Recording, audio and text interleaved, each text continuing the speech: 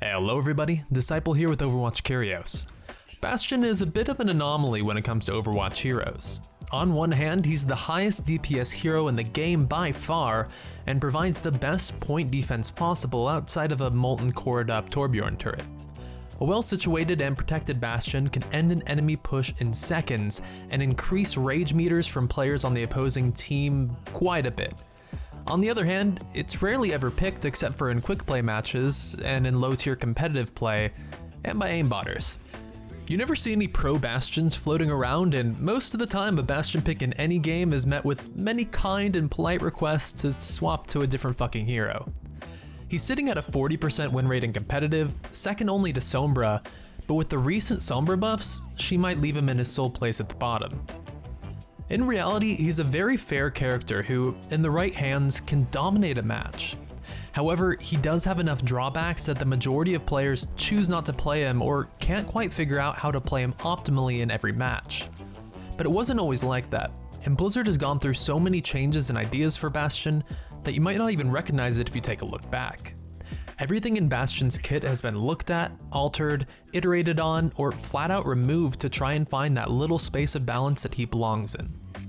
Today, I want to see how it would look if some of these changes never happened, and if the team had gone in an entirely different direction. Before we start, I also want to follow up on a little challenge I gave to you guys. In our video about the upcoming Bastion buffs, I promised to craft a golden Bastion gun if we hit 10,000 likes. We soared past that goal in less than a day, and true to my word, I sucked it up and took the plunge. Now, I really only have myself to blame at this point. I'd really like to thank you guys for helping us reach that goal. Now let's try for 10,000 again on this video to make up for that horror I had to go through. Anyways, let's get started and see just what Bastion could have been. If we take a look at the Collector's Edition book, you'll read that the Overwatch dev team went through a ton of ultimate choices for the Omnic that could have seriously changed the entire kit and playstyle. They wanted to go big with his kit to show off the stunning power of the Omnics, but it was so hard to find the right set of abilities that didn't feel too overpowered or underwhelming to players. For example, at one point Bastion had an ultimate ability that allowed him to change into a flying Omnic that could roam around the battlefield and shoot through a shield at targets below, sort of like an enhanced military drone. This immediately sounds like the most fun ability in the entire game, and right off the bat you can see how this would be a complete game changer for Bastion and probably the entire roster. Being up in the air reduces the heroes that are effective counters, and that means you're much less likely to get shut down by a Reinhardt, Roadhog, or an Ana. It's already hard enough taking out an airborne Pharah. Imagine strapping a Gatling gun and a shield to her and you'd probably have an idea of how powerful that ult could have been. The team commented that it was a lot of fun and way overpowered. It'd be pretty much impossible to balance, so they scrapped it in favor of some of the other potential ultimates.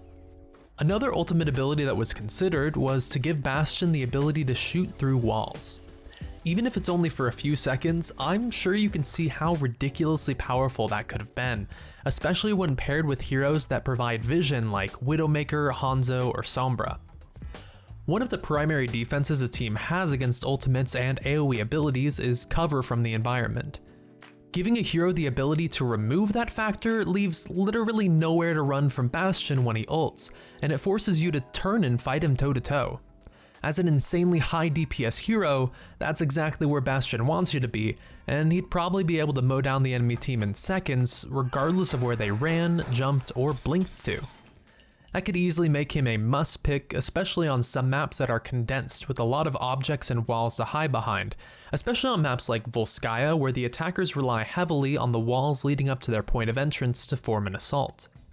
We're also left to wonder if this ultimate would be able to clip through player-made blockades like a Reinhardt shield or a Mei ice wall, pretty much making those heroes pretty useless in defense until the ult is over.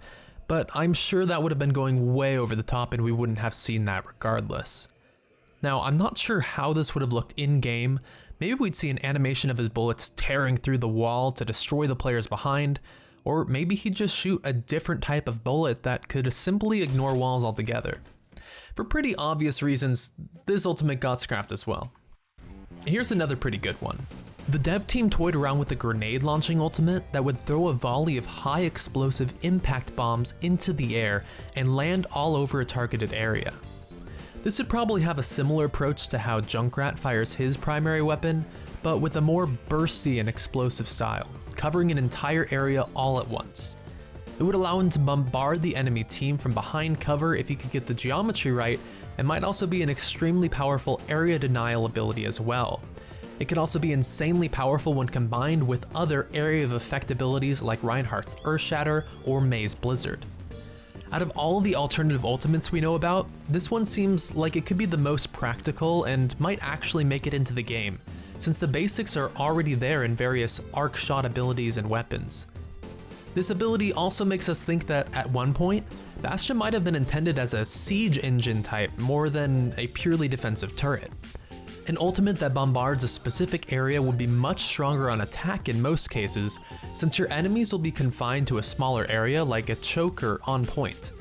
Maybe with a few other abilities that allowed Bastion to assault from a range, or more quickly set up in his turret form to fire on the enemy team, especially with that original shield, he might have been a solid attack character as well.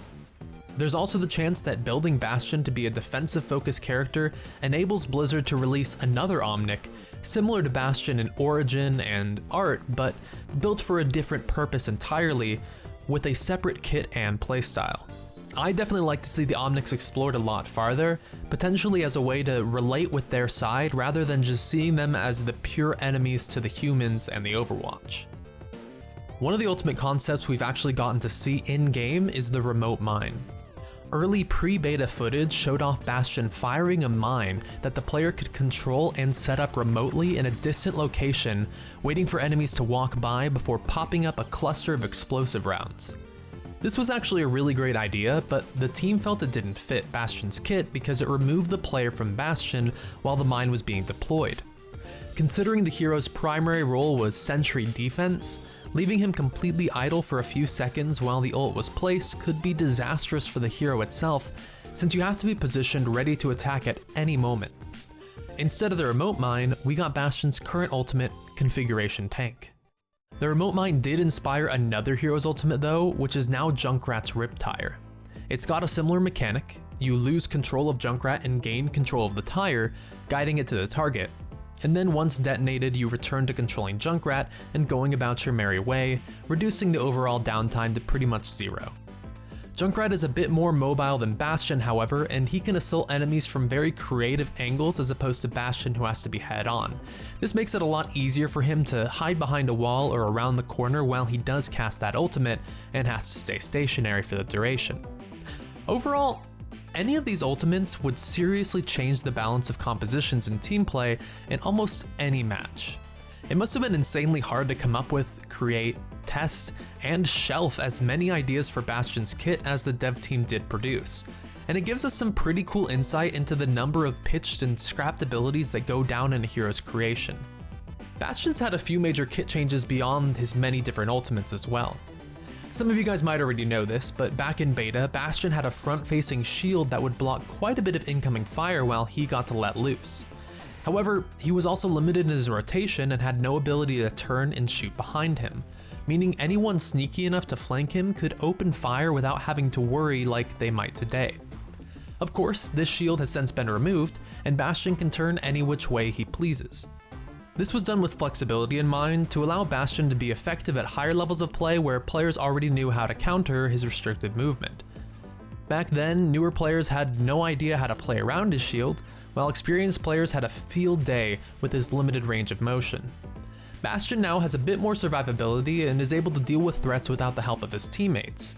You can actually see exactly how it was in older ability previews and in beta footage.